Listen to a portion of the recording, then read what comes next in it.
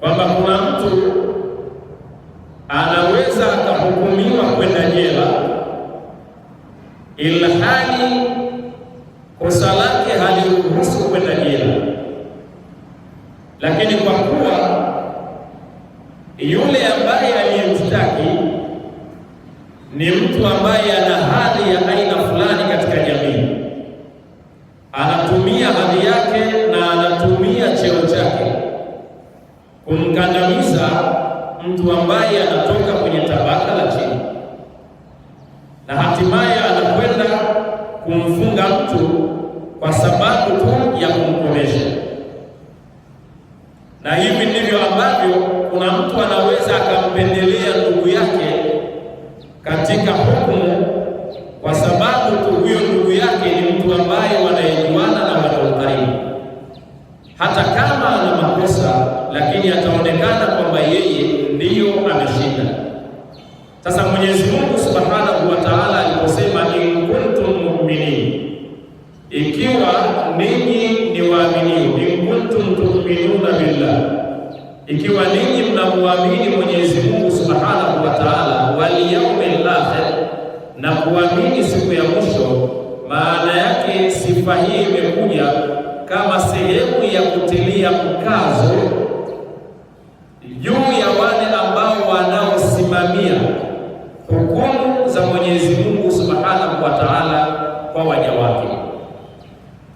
Sasa wakati mnapitisha hukumu hiyo, waliyashhad adhabahuma taifatun minal mu'minin, wanatakiwa washuhudilia adhabu hiyo ikipitishwa kwa huyo mzinifu wa kike na mzinifu wa kiume, kundi la watu miongoni mwenu.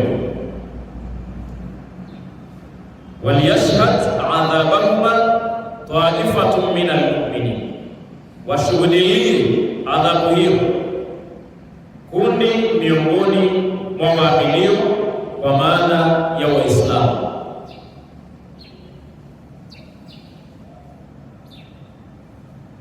Ziko kauli nyingi sana ambazo zimetolewa na wafasiri kwamba hawa watu ni watu wa namna gani wanaotakiwa kushuhudilia. Ni watu wanaotakiwa kuwa na wasifu wa namna gani wanaotakiwa kushuhudilia.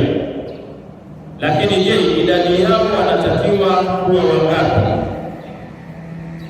Lakini mwisho wa siku ikhtilafu zimeendelea kuwepo kutokana na kila mmoja kwa namna alivyofahamu maneno haya ya Mwenyezi Mungu Subhanahu wa Ta'ala. Wako waliosema kwamba wanatakiwa wahudhurie watu kuanzia 2 na kwenda juu, kwa sababu unapozungumzia taifatun maana yake ni kundi la kuanzia watu 2 kwenda juu. Kwa hiyo wanaweza wakawa 3, aidha wanaweza wakawa 4, kwa wale ambao kwa mujibu wa mafundisho ya Qur'ani kwamba uthibitisho wa tendo la zina wanatakiwa wathibitishe watu wangapi? Watu 4. Kwa hiyo watu ambao waliosema kwamba anayetakiwa kuwepo hapa kama shahidi kwa sababu ya uthibitisho wa tendo la zina wanatakiwa watu 4, basi na hapa pia wanatakiwa washuhudilie watu wangapi? Watu 4 ambao ni watu waadilifu. Lakini watu ambao waliosema wanatakiwa wawe hata zaidi ya 10, na wengine wakasema wanatakiwa wawe wengi hata zaidi ya 10, kwa sababu ya aya kutoweka ukomo kwa watu maalum.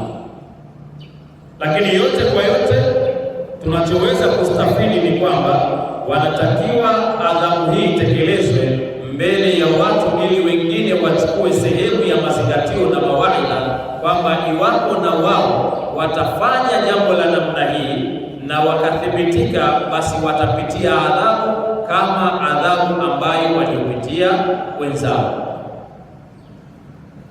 Sasa Mwenyezi Mungu Subhanahu wa Ta'ala katika aya iliyofuata anasema, azani, mzinifu wa kiume, la yankihu illa zania,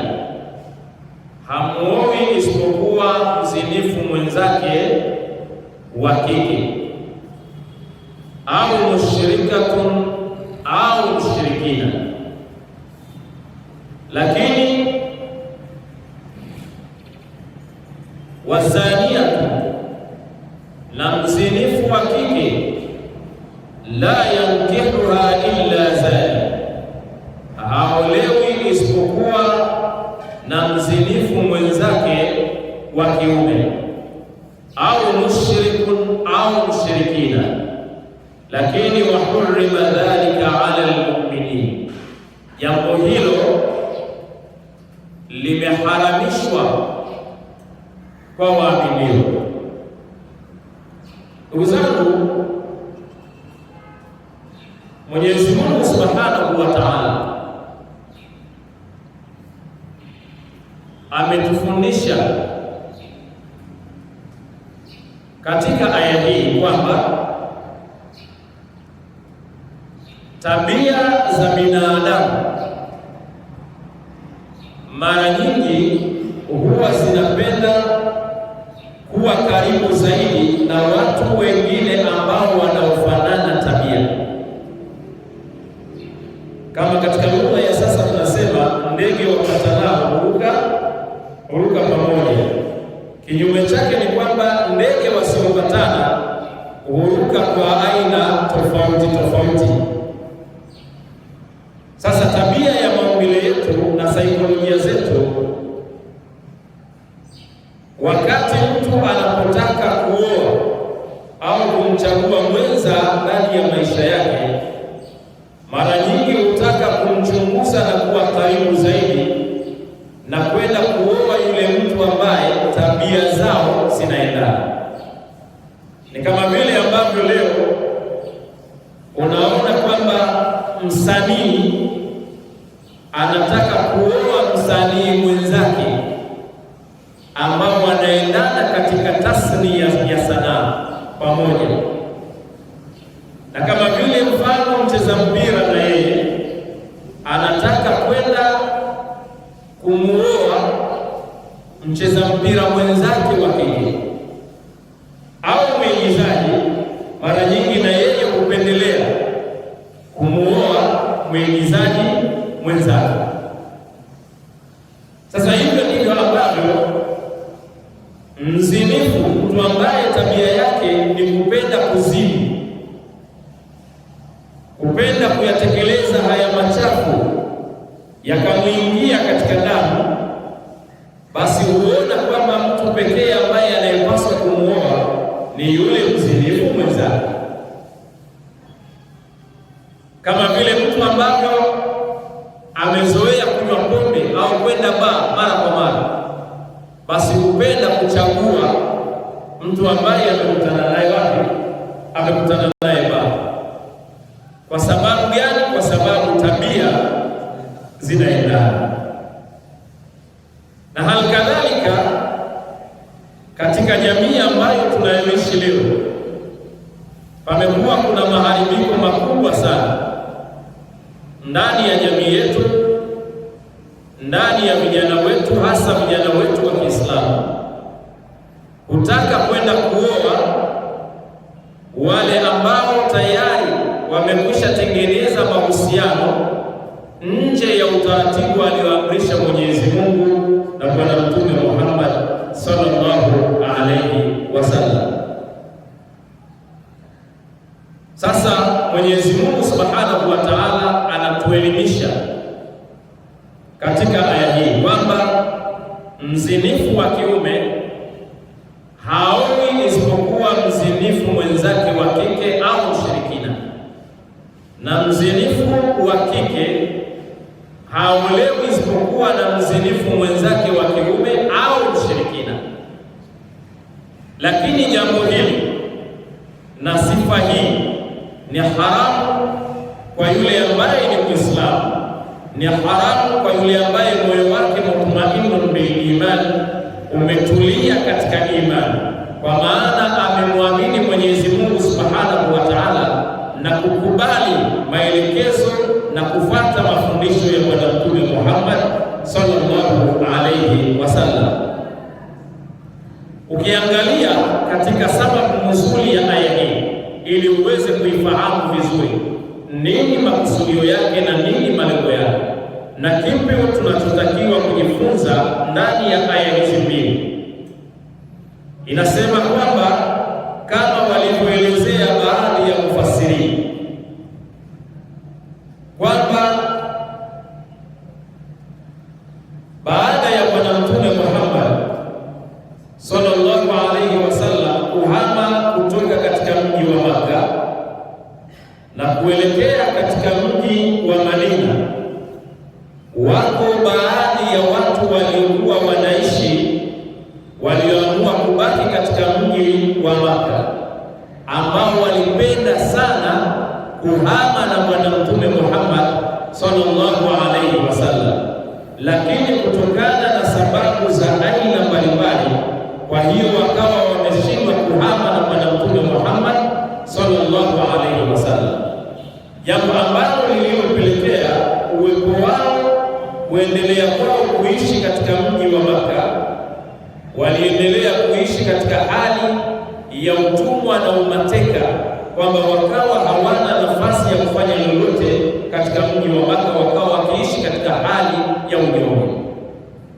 Katika kipindi kama hichi, yuko bwana mmoja aliyekuwa anaitwa Marthad ibn Abi Marthad. Huyu bwana Marthad ibn Abi Marthad alikuwa kazi yake kubwa ni kuja kuwachukua wale watu waliokuwa na utashi wa kuhama kutoka Makka kwenda katika mji wa Madina, lakini wakawa hawawezi.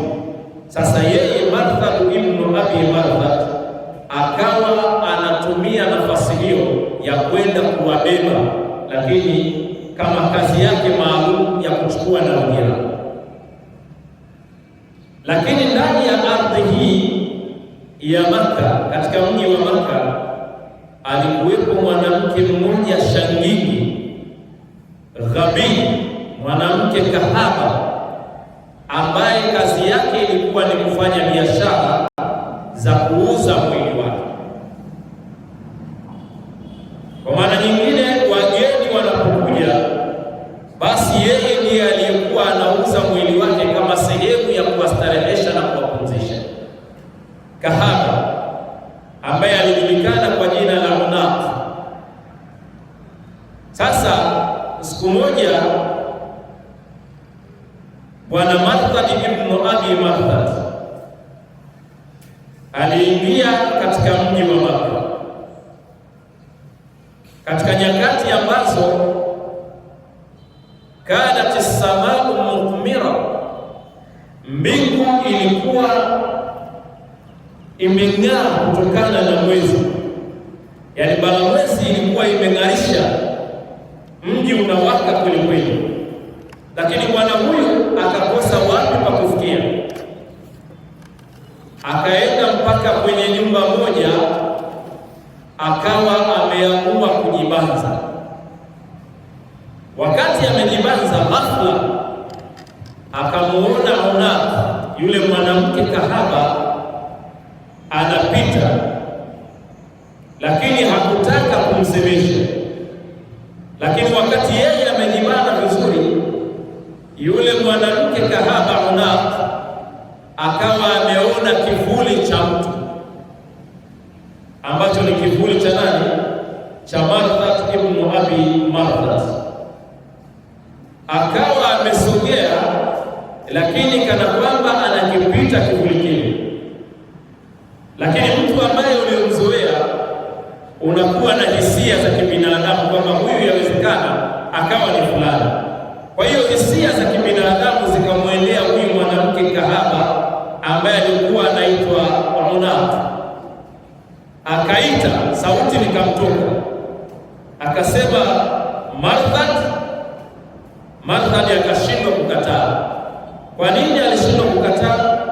Kwa sababu alikuwa ni mwanamke ambaye wana mahusiano, waliowahi kutengeneza mahusiano katika kipindi cha ujahili kabla ya ujio wa Bwana Mtume Muhammad sallallahu alaihi wasallam. Kwa hiyo alipomuita Marthad, Martha akashtuka akamwambia, naam. Unaq? Ni mimi Unaq. Akamwambia, ta'al bina ashan tabiti fi baiti, njoo wende tukalale wote nyumbani. Habari nzito wasema tihani tayari anapewa hapa. Martha ibn Martha. Martha akajua kwa nini anaitiwa, ni jambo gani linalomuitisha huyu. Akamwambia, inna Allaha qad harrama zina, hakika Mwenyezi Mungu Subhanahu wa Ta'ala ametuharamishia sisi kufanya uchafu huu wa zina. Haifai kufanya zina. Almuhimu akawa amemwachia mwanamke huyu kaondoka, lakini matokeo aliyajua kwamba huyu anakwenda lazima atafanyaje? Atarudi. Kwa hiyo alichofanya Martha ibn Abi Martha akawa amekimbia, akakimbia sehemu ambayo ana uwezo wa kujificha kiasi kwamba yule atakayekuja asiweze kumuona. Na kweli baada ya muda mchache Unaq pamoja na wenzake wakaongozana kwa ajili ya kuja kumchukua kinguvu ili wakafanyaje? Wakalale naye. Akawaona namna wanavyokuja mpaka katika eneo ambalo alilokuwa amejibanza katika ukuta ule. Kufika pale wakawa wamemkosa. Baada ya kumkosa wakarejea wapi? Wakarejea nyumbani. Bwana Martha akakaa pale hata asbahati subh, hata asbah, mpaka kiza kikapambazuka. Baadaye akaenda kwa yule mtu ambaye alikuwa amemuita ili ambebe. Alipofika pale akambeba na kuondoka naye. Jambo lile likaendelea kuwa ni sehemu ya vitu vilivyomuathiri Martha ibn Martha. Akaenda mpaka kwa Bwana Mtume Muhammad sallallahu alaihi wasallam. Alipofika kwa Bwana Mtume Muhammad sallallahu alaihi wasallam, akamuuliza, ya Rasulullah, ewe Mtume wa Mwenyezi Mungu, je, ninafaa mimi kumuoa Unaq? Ilhali wakati huo Unaq hajawa nani? Hajawa Muislamu, bado ni mshirikina vile vile. Ninapaswa kumuoa Unaq? Hal alayya Unaq? Ninapaswa kumuoa Unaq? Martha akarejea swali hili mara tatu. Fasakata Rasulullah sallallahu alayhi wasallam, Bwana Mtume Muhammad sallallahu alayhi wasallam akakaa kimya, wala tujibu na wala hakumjibu. Lakini wakati swali hilo ameulizwa na Mtume amekaa kimya katika hali ya kutafakari majibu, ghafla inateremka aya hii. Yanashuka maneno haya ya Mwenyezi Mungu Subhanahu wa Ta'ala ambayo yanayosema, azani la yankihu azaniyatun. Tumefahamana vizuri? Nasema azaniyatun wazani, azani la yankihu illa zania, kwamba mzinifu wa kiume hamuoi isipokuwa mzinifu mwenzake wa kike, au mushrikatan, au mushrikina. Wazaniatu, na mzinifu wa kike, la yankihuha illa zani, haolewi isipokuwa na mzinifu mwenzake wa kiume, au mushrikun, au mushrikina wa kiume. Wa hurrima dhalika ala almu'minin, na jambo hilo limeharamishwa kwa nani? Kwa wale ambao wanaoamini Mwenyezi Mungu Subhanahu wa Ta'ala na wakakubali kufuata maamrisho yake na maelekezo yake, lakini pia wakamwamini Bwana Mtume Muhammad sallallahu alayhi wasallam na mafundisho yake.